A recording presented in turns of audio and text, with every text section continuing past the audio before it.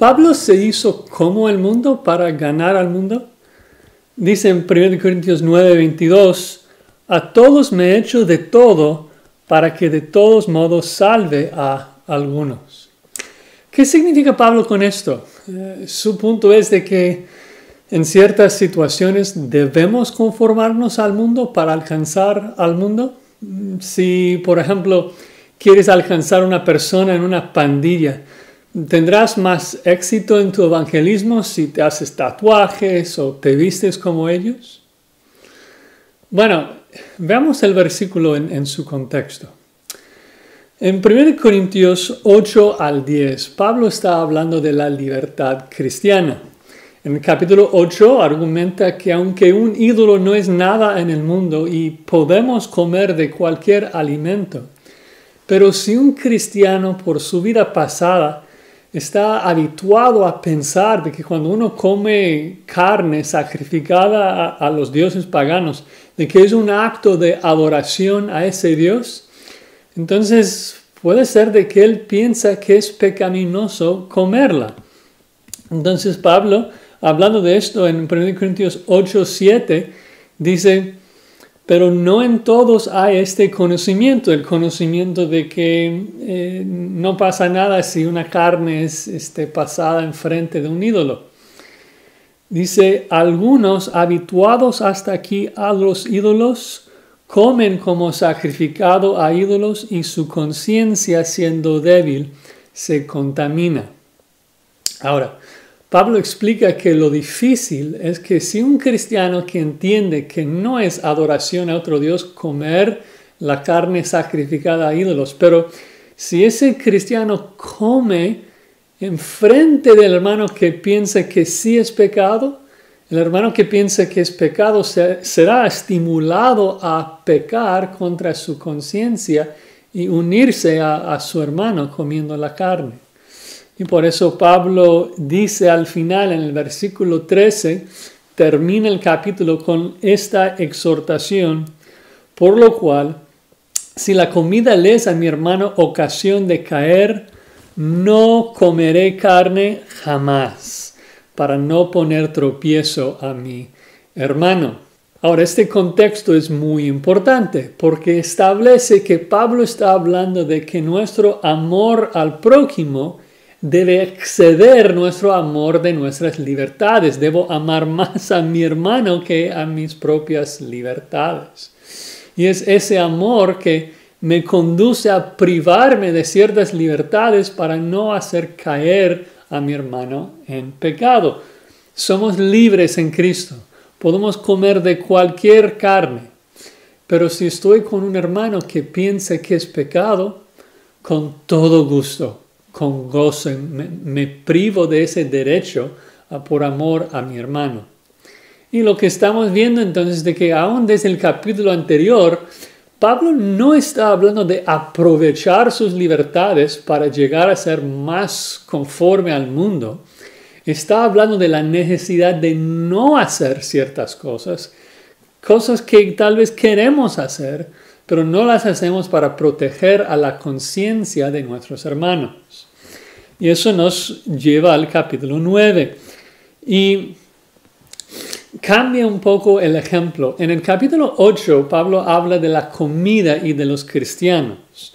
En el capítulo 9 va a hablar de su libertad de recibir un salario como apóstol y cómo se privó de ese derecho para ganar a los incrédulos.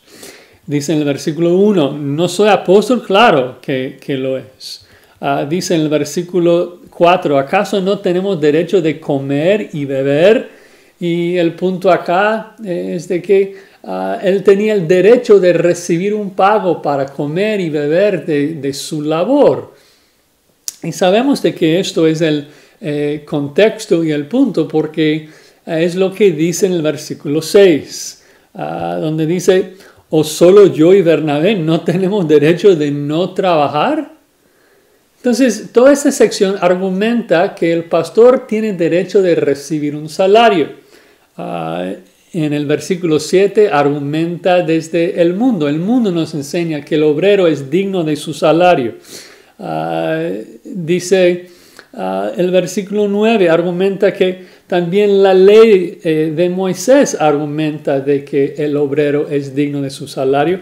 Y también el versículo 14 cita a Jesucristo, quien también argumenta lo mismo.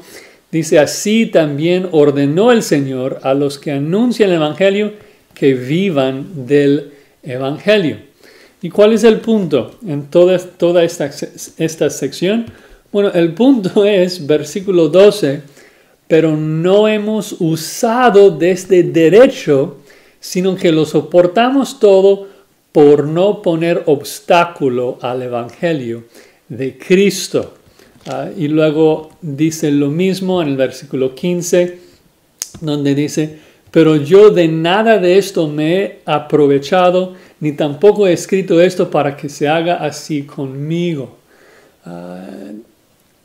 Y finalmente llega a la cima de su argumento en el versículo 19, cuando dice, por lo cual siendo libre de todos, me he hecho siervo de todos para ganar a mayor número. Y es allí donde luego entra en los versículos que estamos viendo, donde dice de que me he hecho a los judíos como judío para ganar a los judíos, me he hecho a los gentiles como gentil, me he hecho a los débiles como un débil.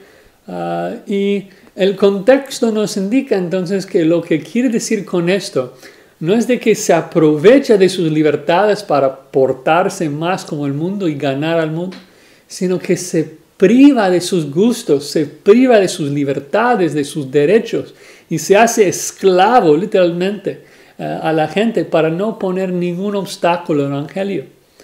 Y creo que un excelente ejemplo de esto, una ilustración, se encuentra en el libro de Hechos, cuando Pablo circuncida a Timoteo. Y uno a lo mejor dice, oye, Pablo acaba de decirnos en el libro de Gálatas que la circuncisión no sirve ni para la salvación ni para la santificación. Claro, la circuncisión no sirve para esto. No somos mejores ni peores si lo hacemos o no lo hacemos. Entonces, ¿por qué circuncidar a Timoteo? Bueno, porque aunque tenían la libertad de no hacerlo, Timoteo podría entrar con más facilidad a las sinagogas, a las casas de los judíos, al templo, si fuera circuncidado. Así que se privó de su libertad de no ser circuncidado y lo hizo por amor a esos judíos que necesitaban escuchar el Evangelio. ¿Qué ejemplo? Y me hace preguntarme a mí, y te pregunto a ti también que escuchas. ¿Cuáles son las libertades de las cuales tú te has privado por amor a los hermanos, por amor a los incrédulos? ¿Estás dispuesto a sacrificar tu libertad para edificar a un hermano? ¿Estás dispuesto a esclavizar un derecho tuyo para evangelizar a un perdido?